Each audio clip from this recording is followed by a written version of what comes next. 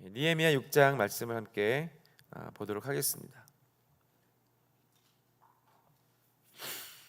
본문 말씀을 읽기 전에 오늘 주제에 대해서 잠깐 나누도록 하겠습니다. 우리는 살면서 힘든 순간을 겪게 됩니다. 우리 예수 믿고 구원 받았다고 해서 하나님의 백성으로 살아가는 우리 그리스도인이라고 해서 꽃길만 걷는 것은 아니다라고 하는 것을 우리는 잘 알고 있습니다. 때로는 간절히 기도하며 매달리는 상황이 있지만 더 악화될 때도 있죠. 또 가족 간에 이유 없는 갈등이 지속될 때도 있습니다. 또 선을 베풀고 전도를 하며 또 선교를 하지만 열매가 없어서 낙심이 오기도 합니다. 그리고 도저히 끊을 수 없는 유혹에 매번 넘어질 때가 우리는 있죠. 이럴 때마다 우리는 종종 이것은 내 문제, 내 의지력의 부족이다라고 판단할 때가 많이 있습니다만, 그러나 우리 그리스도인들은 반드시 그것만이 아니라 또 다른 어떤 무언가가 있다라고 하는 다른 시각을 가져야 합니다. 우리가 겪고 있는 삶의 고통, 또 죄와의 싸움, 신앙생활의 침체에는 보이지 않는 차원이 깊숙이 개입해 있다라고 하는 것입니다. 마치 의사가 환자를 진찰할 때에 겉으로 드러나는 보이는 증상 외에 엑스레이라든지 CT 촬영을 통해서 내부에 그 숨겨진 원인을 찾는 것과 같이 우리에게는 보이지 않는 세계, 영적인 세계의 작용이 있다라고 하는 것을 반드시 우리는 알아야 합니다. 성경은 우리 그리스도인들의 생활에 여러 가지 층위들을 보여줍니다. 그리고 가르침을 주고 있죠. 우리는 우리의 영적인 삶을 육신적인 눈, 우리 육의 눈으로만 보고 있기 때문에 영적인 세계, 보이지 않는 세계에 대해서 간과하기가 참 쉽습니다. Kingdom of God, 하나님의 나라, 하나님의 왕국과 세상 임금, 즉 사탄과 그 졸개들의 영향력을 행사하는 이 어둠, 이 세상이라고 하는 이 영적 전쟁터에 우리가 있다라고 하는 것을 우리는 때로는 인식해야 됩니다. 우리는 지금 전쟁 중이라고 볼 수 있습니다. 최근에 아프리카 그 나이지리아에서 심심치 않게 올라오는 그 뉴스들이 있습니다. 나이지리아의 한 기독교 교단, 나이지리아는 부흥이 있는 곳인데, 나이지리아의 여러 기독교 교단 중에 RCCG라고 하는 교단이 있는데요.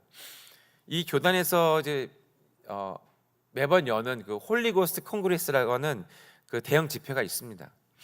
이 한 교단이 열고 있는 이 집회의 참석 인원이 매년 수백만 명에 달합니다.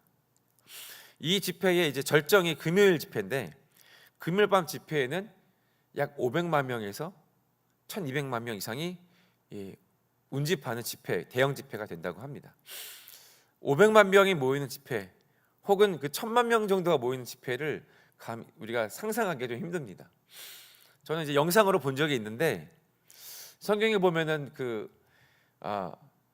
천국에서 많은 물소리가 들린다라고 하잖아요. 이 사람들의 이 기도 소리가 마치 그 폭포수가 떨어지는 것 같은 아주 웅장한 소리가 들립니다.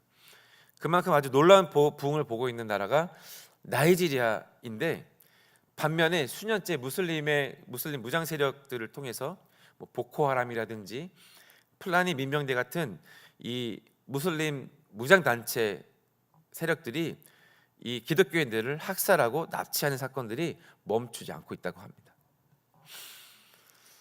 가까운 예로 올해 6월 중순에 그 플레토라고 하는 지역에서 대규모 학살이 있었습니다.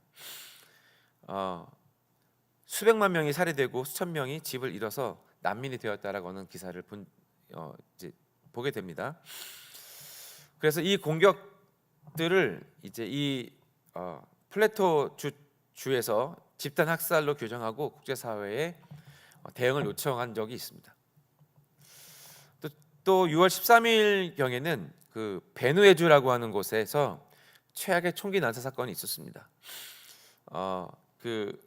이 무장 세력이 난민 가정이 많이 모여 있는 지역에 급습해가지고 건물에 불을 지르고 도망치는 사람들에게 총과 칼로 공격해서 최대 200명의 기독교인들이 살해된 것으로 이제 뉴스에 보고가 되고 있습니다.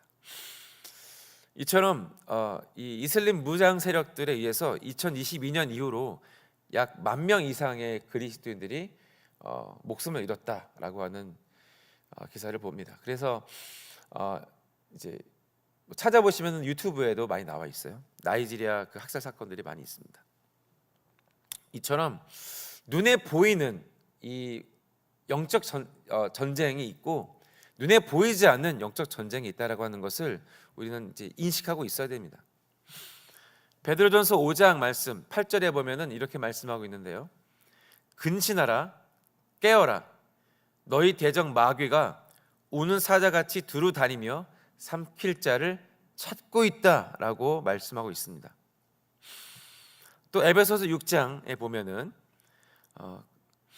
끝으로 너희가 주 안에서와 그 힘의 능력으로 강건하여지고 마귀의 간계를 능히 대적하기 위하여 하나님의 전신갑주를 입으라라고 말씀해주고 있습니다. 이어서 12절에 보면은 우리의 씨름은 혈과 육을 상대하는 것이 아니요 통치자들과 권세들과 이 어둠의 세상 주관자들과 하늘에 있는 악의 영들을 상대함이라고 알려주고 있습니다.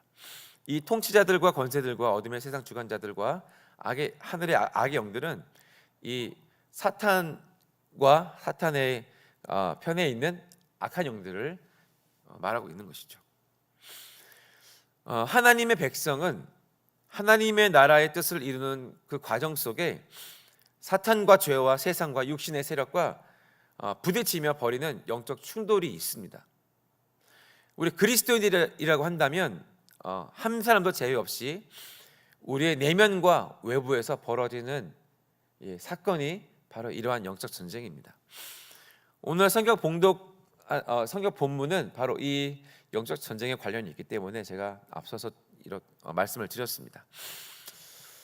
1절부터 보겠습니다.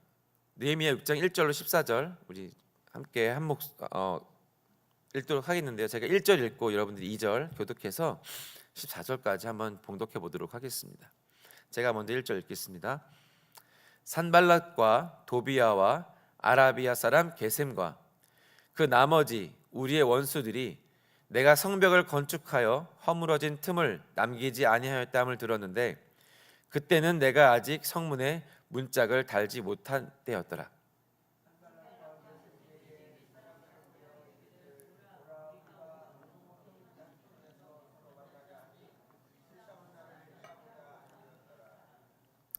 내가 곧 그들에게 사자를 보내어 이르기를 내가 이제 큰 역사를 하니 내려가지 못하겠노라.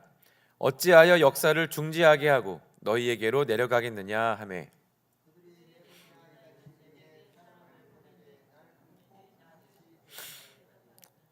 산발랏이 5번째는 그 종자의 손에 봉하지 않은 편지를 들려 내게 보냈는데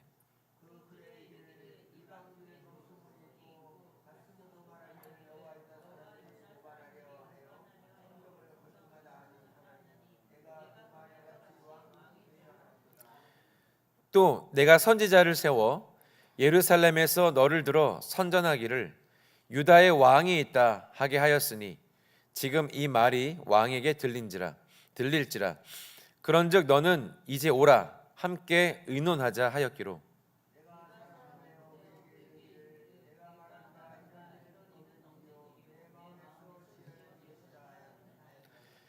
이는 그들이 다 우리를 두렵게 하고자 하여 말하기를 그들의 손이 피곤하여 역사를 중지하고 이루지 못하리라 함이라. 이제 내게 내 손을 힘있게 하옵소서 하였노라.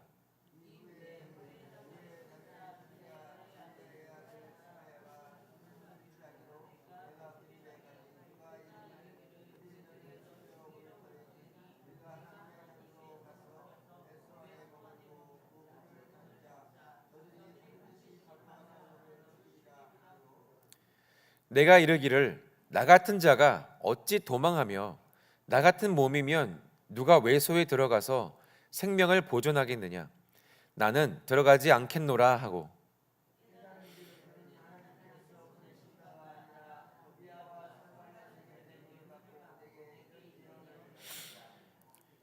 그들이 뇌물을 준 까닭은 나를 두렵게 하고 이렇게 함으로 범죄하게 하고 악한 말을 지어 나를 비방하려 함이었느니라. 내 하나님이여 도비야와 산발랏과 여선지 노아다와 그 남은 선지자들 곧 나를 두렵게 하고자 한 자들의 소행을 기억하옵소서 하였노라. 아멘.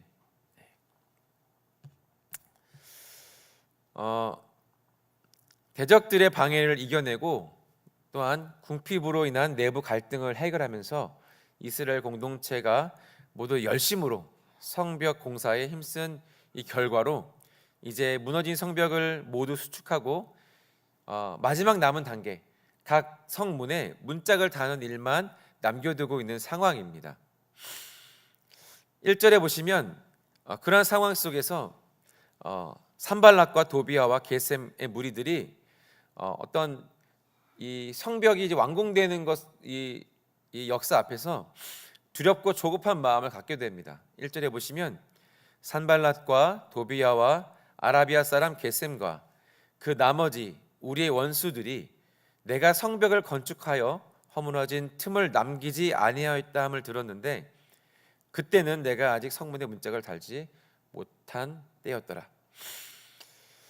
자, 이 마지막 성벽 공사를 중지시키기 위해서 이제 음모를 꾸미는 자들이 있었습니다. 앞서서도 이 산발랏과 이 무리들이 계속해서 이제 성벽 공사를 방해했지 않습니까? 이 산발랏은 유다의 북쪽 사마리아 지방의 총독입니다. 가장 앞서서 느헤미야와 유다 사람들을 대적한 자이죠. 주도하고 있는 자입니다. 유다가 강성해짐으로 인해서 상대적으로 자신의 영향력이 약화될 것을 가장 우려하고 있는 인물입니다. 또 그 산발랏의 참모 역할을 하고 있는 도비아라는 사람이 있습니다. 이 도비아는 암몬 사람의 족장입니다. 이 도비아는 아마도 이 산발랏과 더불어서 유다를 다스릴 속셈을 가지고 있었던 것 같습니다. 또 게셈이라는 사람이 등장을 하는데 이 게셈은 아라비아 사람들이 지도자입니다. 이 애굽의 북동쪽에서부터 유다의 남쪽에 이르는 지역을 이제 관할하는 자였는데 역시나 산발락과 도비아와 동맹을 맺고 영향력을 행사하기를 원했던 인물입니다. 또 다른 그 나머지가 나오는데 그 나머지 사람들은 암몬 사람들, 아스돗 사람들입니다. 자, 이 팔레스타인 지역에서 자신들의 세력이 약화되는 것을 두려워했던 이 자들이 가장 적극적으로 느헤미야 성벽 공사를 방해합니다. 마찬가지로 우리가 이제 영적 전쟁에 대해서 우리가 이야기하고 있는데 우리 믿는 자들이 세상 가운데서 박해와 공격을 당하는 이유는 사탄이 자신의 영역이 상실되고 있는 것을 두려워하기 때문에 온갖 계략으로 방해하고 대적하는 것입니다. 그렇기 때문에 믿음이 있는 우리들은 영적인 싸움의 그 상황에 놓일 수밖에 없는 것입니다. 따라서 우리 그리스도인들은 이 대적들의 방해에 대해서 동격에 대해서 지혜롭고 담대하게 맞서 싸워야 하는 것입니다. 이 예루살렘 성벽의 중수를 방해하기 위해서 세운 이들의 계략은 이제 전략을 바꿔서 한 사람, 즉 지도자인 느헤미야를 공격하는 것으로 전략을 바꿨습니다. 이 유다 공동체를 아주 지혜롭게 그리고 담대하게 강력하게 이끌어가고 있는 이 느헤미야 이 한 사람으로 인해서 자신들의 모든 노력들이 허사가 되고 있다라고 하는 것을 알고 있기 때문이었습니다. 그래서 이제 느헤미야를 불러내서 공격하려고 합니다. 2절의 말씀을 보면 산발랏과 게셈이 내게 사람을 보내어 이르기를 오라 우리가 오노 평지 촌에서 서로 만나자 하니 실상은 나를 해하고자 함이었더라. 예, 이 성읍을 공격하기에는 너무 철저한 이 경계태세를 가지고 있었기 때문에 느헤미야를 밖으로 유인했습니다. 이 오노 평지 한촌이라고 명시되어 있는데, 이 오노 평지는 예루살렘에서 한 35km 정도 떨어진, 좀 거리가 떨어진 곳에 있습니다. 이곳에서 만나자라고 제의를 합니다. 마치 어떤 평화 조약이라도 맺을 것처럼 이 대화하자라고 하는 올무를 놓지만, 그러나 느헤미야는 그들과의 회담이 숨겨져 있는 의도가 있다, 음모가 있다라고 하는 것을 감지했기 때문에 지혜롭게 거절합니다. 그 3절의 내용을 보시면 함께 좀 3절 읽어보겠습니다. 3절 한 절 시작. 내가 곧 그들에게 사자를 보내어 이르기를 내가 이제 큰 역사를 하니 내려가지 못하겠노라. 어찌하여 역사를 중지하게 하고 너희에게로 내려가겠느냐 하매. 예, 이 대적들의 음모를 눈치채고 공격을 피할 수 있었던 것은 느헤미야가 하고 있는 것이 무엇인지를, 자신이 하고 있는 일이 무엇인지를 분명하게 알았기 때문에 거절할 수가 있었습니다. 확실한 목적 의식이 있었기 때문이죠. 우리가 분명한 목적이 있다면, 하나님의 부르심이라고 하는 아주 분명한 목표가 있다면, 무엇이 중요한 일인지 혹은 무엇이 그 차등의 일인지를 우리는 분별할 수 있게 됩니다. 이 우선순위에 따라서, 그리고 하나님의 말씀의 원칙에 따라서 우리는 움직이게 되는 것이죠. 그리고 하나님을 경외할 때 우리는 지혜를 얻게 되는 것입니다. 우리는 부르심을 입은 자들입니다. 하나님께서 우리를 부르셨습니다. 할렐루야. 이 부르심을 입은 자들은 자기의 의지대로만 사는 자들이 아닙니다. 부르신 일을 위해서 사는 자들입니다. 따라서 우리 그리스도인들의 삶의 목적은 주님의 일을 하기 위해서, 그리고 주님이 세우신 자리에 있는 것이 우리 그리스도인들의 삶의 또한 목적이기도 합니다. 목표이기도 합니다.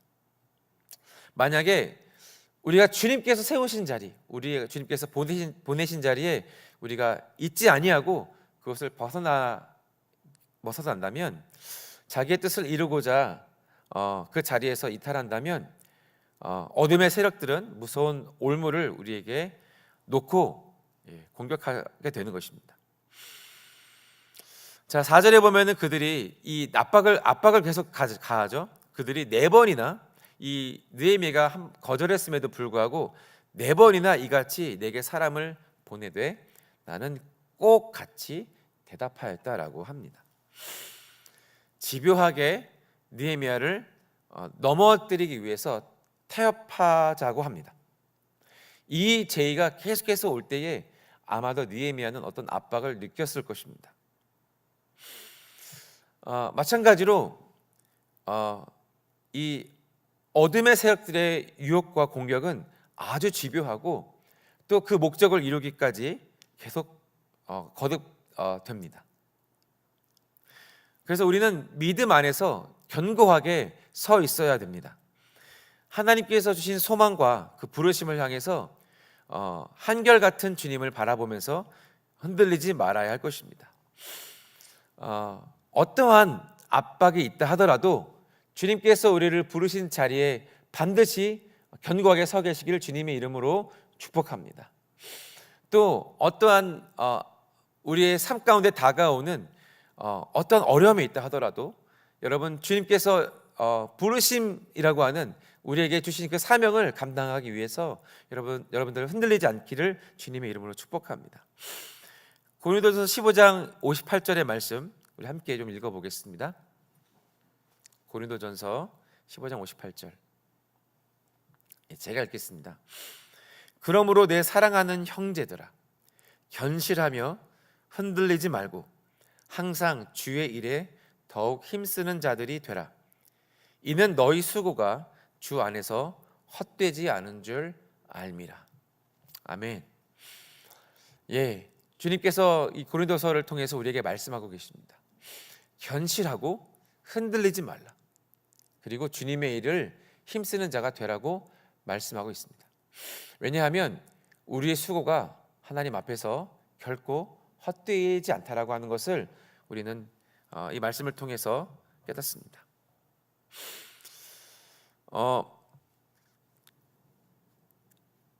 산발랏과 그 졸개들이 계속해서 그 느헤미야를 압박하다가 이제는 전략을 바꿉니다. 왜냐하면 느헤미야가 견고하고 또 그의 뜻을 굽히지 않기 때문에 이제는 다른 전략을 사용하게 됩니다.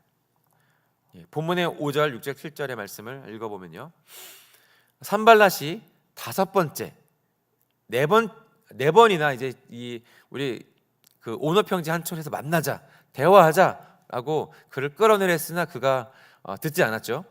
다섯 번째는 그에게 편지를 보냈는데 그 메신저에게 봉하지 않은 편지를 보냈다라고 합니다. 6절입니다.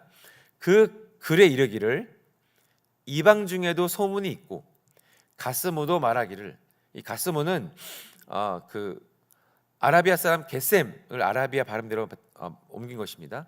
이 가스모도 말하기를 너와 유다 사람들이 모반하려 하여 성벽을 건축한다 하나니 내가 그 말과 같이 왕이 되려 하는도다. 또 내가 선지자를 세워 예루살렘에서 너를 들어 선전하기를 유다의 왕이 있다 하게 하였으니 지금 이 말이 왕에게 들릴지라 그런즉 너는 이제 오라 함께 의논하자 하였기로. 자, 전략을 바꿨습니다. 이제 느헤미야를 향해서 거짓 소문으로 누명을 씌우려고 하고 있습니다. 자, 여기 보면은 봉하지 않은 편지를 들렸다라고 되어 있습니다. 이 공식 문서, 이 당시 공식 문서는 양피지나 파피루스 종이에 이제 내용을 쓰고 반드시 봉하게 되어 있습니다. 끈으로 묶든지 인장으로 날이 나여서 이제 그 문서가 이제 공개되지 않도록 봉인해 놓는데, 여기 산발랏은 이 편지를 신문꾼에게 보내는데 이 문서를 봉하지 않았습니다. 그대로 노출시켜서 그 내용이 소문으로 퍼져나가도록 기대하여서 이렇게 행한 것입니다. 어떤 소문을 퍼뜨립니까? 이 바사 왕에 대한, 페르시아 왕에 대한 모반이 있다. 정치적으로 이제 악소문을 내려고 하는 거죠. 느헤미야가 유다의 왕이 되려고 하고 있다. 그리고 선지자들을 통해서 예언을 하겠다라고 하는 이 악소문을 퍼뜨리려고 하고 있습니다. 이 악한 의도를 숨겨오다가 드디어 뜻대로 되지 않으면 거짓으로 협박하는 것입니다. 8절과 9절입니다. 그에 대한 반응을 우리가 봅니다. 8절과 9절 함께 읽도록 하겠습니다. 8절 시작. 내가 사람을 보내어 그에게 이르기를 내가 말한 바 이런 일은 없는 일이요 내 마음에서 지어낸 것이라 하였나니 이는 그들이 다 우리를 두렵게 하고자 하여 말하기를 그들의 손이 피곤하여 역사를 중지하고 이루지 못하리라 함이라. 이제 내 손을 힘있게 하옵소서 하였노라. 느헤미야는 자신의 선한 양심과 그리고 정직함으로 이 거짓에 대적합니다. 자신에게 가해진 이 비난, 이 거짓 소문에 전혀 개의치 아니하고 오히려 담담히 그것이 거짓이다, 그것은 내 마음에서 지어낸 것이다라고 지적하고 있습니다. 만약에 이 거짓이 느헤미야의 그 마음 가운데 사실 정치적인 야욕이 조금이라도 있어서 그것이 어떤 사실이 드러난 것이다라고 한다면 어쩌면 느헤미야는 이 나쁜 소문을 막기 위해서 타협하고 산발랏과 거래를 했을지도 모르겠습니다. 또 이러한 일들이 혹 느헤미야를 의심하고 있는 백성들 사이에 갈등과 오해를 일으키는 그런 어떤 사건이 되었을 수도 있겠습니다만, 느헤미야는 하나님 앞에 전혀 숨길 것이 없는, 거칠 것이 없는 그 순전한 양심을 가지고 있었기 때문에 그 거짓 소문 그 위협 앞에 전혀 흔들리지 않았습니다. 거짓은 반드시 진리 앞에 패배하게 되어 있습니다. 느헤미야는 이런 공경으로부터 벗어나는 길은 기도뿐임을 알고 있었습니다. 그래서 여기 우리가 방금 읽은 말씀에도 이제 내 손을 힘있게 하옵소서 하나님께 간구하고 있는 것입니다. 이것은 느헤미야가 공경이 찾아올 때마다, 항상 어려움이 찾아올 때마다 기도하였다라고 하는 것을 알 수가 있는 대목입니다. 두려움으로 낙심하려고 할 때마다 기도하기를 포기하지 않았습니다. 하나님의 일꾼들은 어떤 어려움에 부딪힌다 할지라도 두려움으로 인해서 뒤로 물러서지 않고, 혹은 그럴 만한 아주 급박한 상황이 있다 하더라도 하나님의 도우심을 얻기까지 간구를 멈추지 말아야 할 것입니다. 우리가 어려운 상황에 봉착하게 되거나 두려움을 주는 상황에 다가올 때 때로는 우리가 기도의 자리로 나아가는 것에 대한 굉장한 부담을 느낄 때가 있습니다. 기도가 나오지 않기 때문이기도 하고, 또 기도하는 것이 때로는 아무런 내게 유익을 주지 못한다라고 판단이 될 때가 때로는 있기도 합니다만, 그러나 이 느헤미야처럼 우리는 그러할 때 더욱 하나님 앞에 나아가 간구하고 하나님의 응답을 우리는 위해서 기도해야 돼. 기도를 멈추지 말아야 할 것입니다. 여러분, 기도는 능력이 있습니다. 기도는 우리를 하나님께로 나아가게 하는 힘이 됩니다. 기도는 우리에게 찾아온 모든 두려움을 깨뜨리는 능력을 줍니다. 할렐루야. 우리 안에 있는 말씀이 그 모든 상황과 두려움을 이길 수 있도록 그 말씀을 다시 일으키게 하는 그 힘이 기도 안에 있다라고 하는 것을 기억하시길 주님의 이름으로 축복합니다. 말씀에는 그러한 많은 사례들과 말씀들이 기록되어져 있는데요, 몇 가지만 보겠습니다. 시편 91편 15절의 말씀을 함께 읽도록 하겠습니다. 시편 91편 15절의 말씀, 함께 읽겠습니다. 시작. 그가 내게 간구하리니 내가 그에게 응답하리라. 그들이 환난 당할 때에 내가 그와 함께하여 그를 건지고 영화롭게 하리라. 내게 간구하면 내가 응답하겠다. 하나님께서 말씀하고 계십니다. 그들이 환난 당할 때에 내게 간구하는 그들을 향해서 내가 그와 함께하고 그를 건지고 영화롭게 하겠다. 주님께서 약속해 주고 계십니다. 빌립보서 4장 6절과 7절입니다.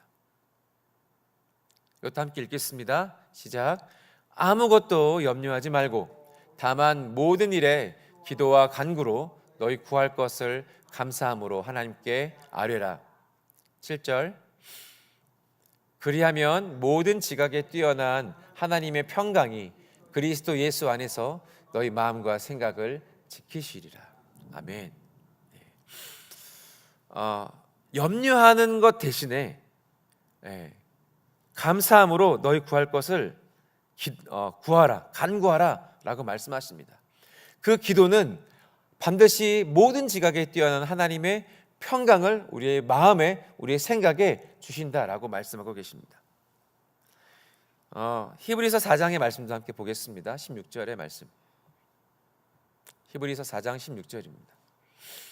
함께 읽도록 하겠습니다.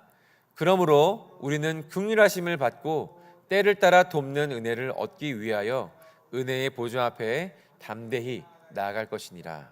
아멘. 아멘. 이것은 하나님께서 은혜의 보좌, 하나님께로 나아오라고 우리에게 말씀하고 있는 구절입니다. 뭐라고 말씀하시냐면은 때를 따라 돕는 은혜를 주신다라고 합니다. 때를 따라 돕는, 우리의 상황과 우리의 어떤 처지에 가장 알맞는 은혜를 하나님께서는 주신다라고 말씀하고 계십니다. 하나님의 긍휼, 하나님의 은혜를 얻기 위해서 나아오라, 주님 앞에 구하라라고 강조하고 계세요. 우리는 기도의 자리로 나아가야 됩니다.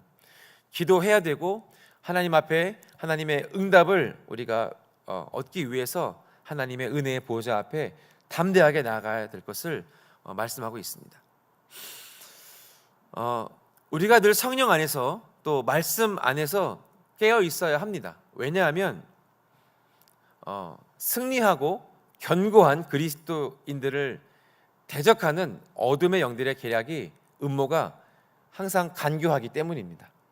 믿는 자들을 넘어뜨리기 위해서 항상 올무를 놓고 있기 때문이죠. 자, 여기 느헤미야를 향한 음모가 이제 세 번째 이제 좀 다시 전략을 바꿉니다. 첫 번째는 느헤미야를 그들의 공동체에서 빼내서 그를 죽이려고 계획을 세웠죠. 그러나 느헤미야가 그것이 음모라고 하는 것을 알고 그는 견고하게 자신을 굽히지 않았습니다. 두 번째로 이 어둠의 전략은 거짓 음모를 꾸며서 거짓 소문을 내는 것이었습니다. 그러나 그의 양심에 하나님 앞에 거리낌이 없는 양심을 가지고 진실로서 그것을 대적했습니다. 여기 세 번째로는 느헤미야를 향해서 사람의 함정을 파서 그를 대적합니다. 유다 사회에서 영향력이 있는 선지자 스미야를 매수해서 함정을 파고 그를 넘어뜨리려고 합니다. 본문 10절의 말씀 보여주시면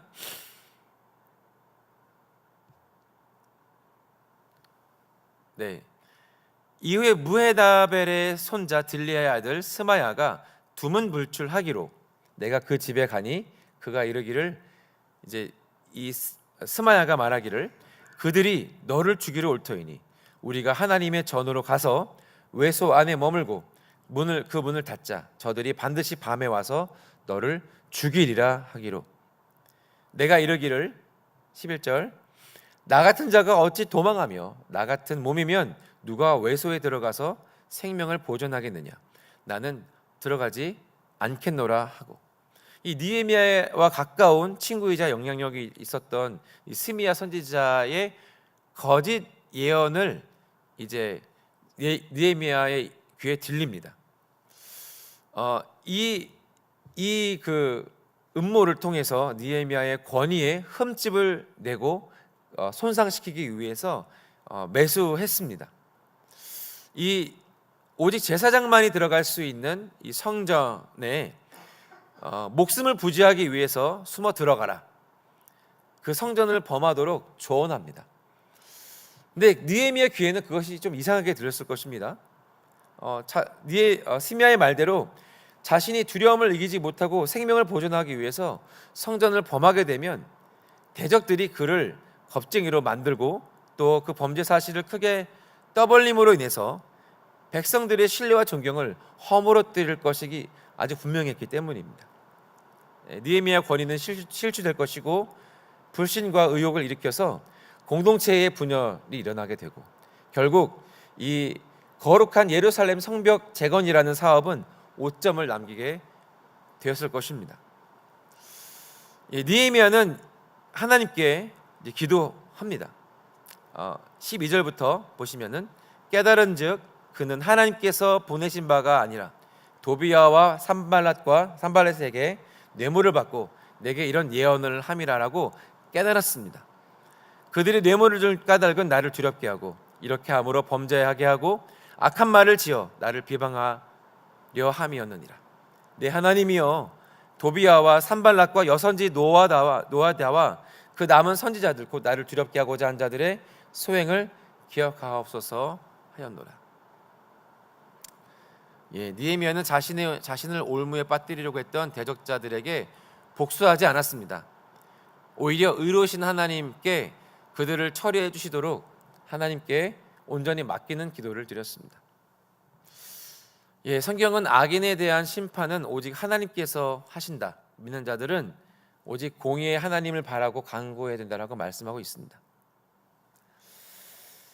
자, 원수는 공동체를 파괴하고 하나님의 역사에 수치와 오점을 남기게 하려고 공격합니다. 그리고 한 사람을 넘어뜨리려고 합니다.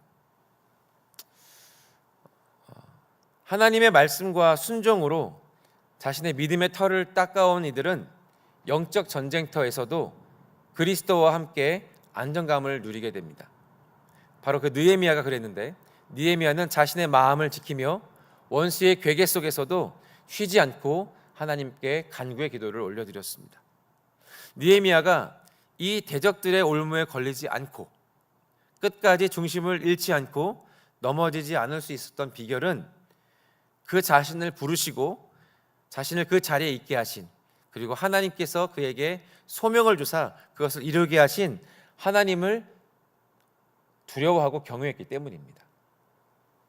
그가 든든하게 버텨준 그의 결단과 기도는 가장 치열한 영적 전투에서 승리하는 법을 배워가는 비결이 되었습니다. 자, 이 영적 전쟁은 외부에서 일어나는 것 같지만 사실은 자신의 내면 안에서, 마음의 영역에서 먼저 일어나는 것입니다. 우리가 승리하기 위해서는 이 외적인 영적 전쟁, 눈에 보이는 영적 전쟁에서 승리하기 위해서는 먼저 자신의 내면 안에서 일어나고 있는 갈등, 바로 내 안에서 일어나는 영적 전쟁에서 승리해야 됩니다. 잠언 4장 23절, 제가 이제 마무리하겠습니다. 4장 23절, 모든 지킬 만한 것 중에 더욱 내 마음을 지키라. 생명의 근원이 이에서 남이니라 말씀하고 있습니다. 이 잠언은 내 마음을 지켜라, 내 마음을 붙들어라 라고 말하고 있습니다. 아무리 지금 밖에 폭우가 쏟아진 것 같지만 마음을 지키시기를 축복합니다. 외부에 어떤 상황이 벌어진다 할지라도 나의 내면에 내 마음을 붙들고 주님 앞에서 내 마음을 믿음으로 붙드는 것은 중요합니다. 왜냐하면 모든 생명의 근원이 바로 이 마음에서 나기 때문입니다. 그래서 원수는, 사탄과 어둠의 권세들은 우리의 마음을 공략합니다. 자, 갈라디아서 5장 17절 18절입니다. 함께 읽도록 하겠습니다. 시작. 육체의 소욕은 성령을 거스르고 성령은 육체를 거스르나니 이 둘이 서로 대적함으로 너희가 원하는 것을 하지 못하게 하려 함이니라. 너희가 만일 성령의 인도하시는 바가 되면 율법 아래에 있지 아니하리라.